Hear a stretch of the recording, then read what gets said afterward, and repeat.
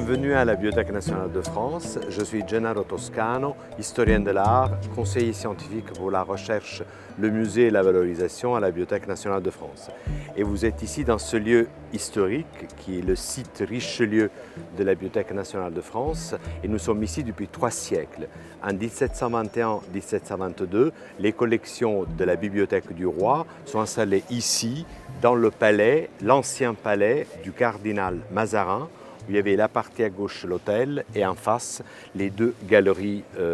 où le cardinal conservait ses collections artistiques, d'antiques et de tableaux.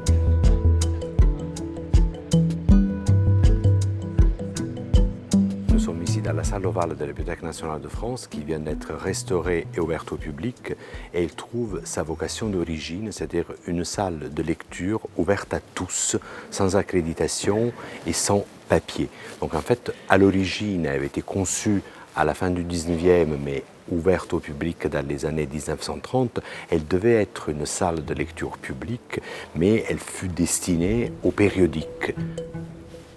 Il y a la plus riche collection de bandes dessinées à accès libre, parce qu'on aimerait avoir des familles avec les enfants qui viennent ici et que la bibliothèque devient aussi un lieu de loisirs, pas uniquement une bibliothèque ouverte aux spécialistes, aux chercheurs ou aux professeurs, mais à tous les publics qui pourront également ici préparer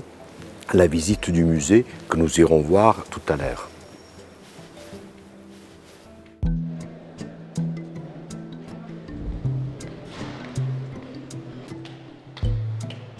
La Bibliothèque nationale de France, ce n'est pas une bibliothèque comme les autres. Vous ne trouverez pas uniquement des livres ou des manuscrits, mais également une très riche collection d'objets qui remontent aux collections historiques de la bibliothèque, parce que la Bibliothèque nationale est héritière des collections royales de livres, de manuscrits, d'estampes, mais aussi d'objets extraordinaires, comme nous verrons dans la galerie Mazarin. Parmi les objets extraordinaires conservés dans les collections de la Bibliothèque nationale de France et aujourd'hui exposés dans le musée est le trône dit de Dagobert, un trône mérovingien ou carolingien, mais en tout cas documenté dans le trésor de la basilique de Saint-Denis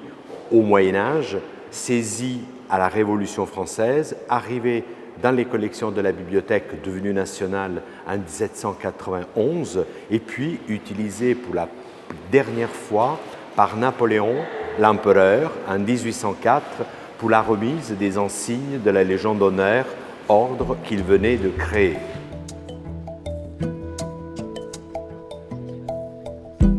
Dans le musée de la Bibliothèque nationale de France, nous allons exposer par rotation tous les 4 mois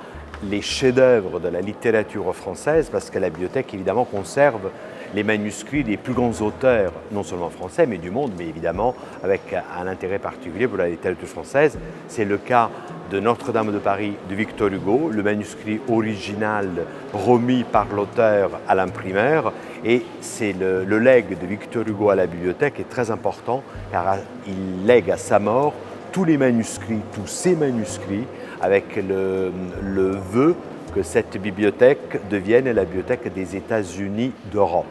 Et à partir de Victor Hugo, le département des manuscrits de la bibliothèque est devenu le conservatoire de la littérature française.